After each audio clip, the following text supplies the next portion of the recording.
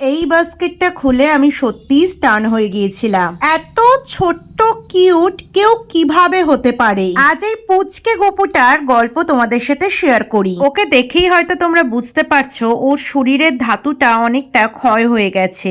এর কারণ যখন আমি ওর মায়ের থেকে জানতে চাই, ওর মা আমাকে বলে এই গপুকে নাকি ওনার হাজবেন্ড পুরীর সমুদ্র থেকে কুড়িয়ে পেয়েছে। সমুদ্রে ডুব দিয়ে ওঠার সময় এই ছোট্ট গপুটা নাকি ওনার কড়ি আঙুলে আটকে যায়। ব্যাস এভাবেই ছোট্ট গপু ওনাদের বাড়িতে চলে আসে। গপুর মায়ের বক্তব্য অনুযায়ী গপু একটু ভীতু প্রকৃতির, খুব একটা বাড়ি থেকে বাইরে ও নাকি বেরোতে চায় না। তবে আমার কি সৌভাগ্য দেখো, ও আমার বাড়িতে এসে 3 দিন ছিল। আমাদের কাউকে ও কোনো রকম বিরক্ত করেনি, উল্টে আমরাই সারাদিন ওকে চটকে পটকে এক করে দিয়েছি। আর আজকে ছোট্ট গপু সবার মন খারাপ করে দিয়ে শিয়ালদায় ওর মায়ের কাছে চলে গেছে।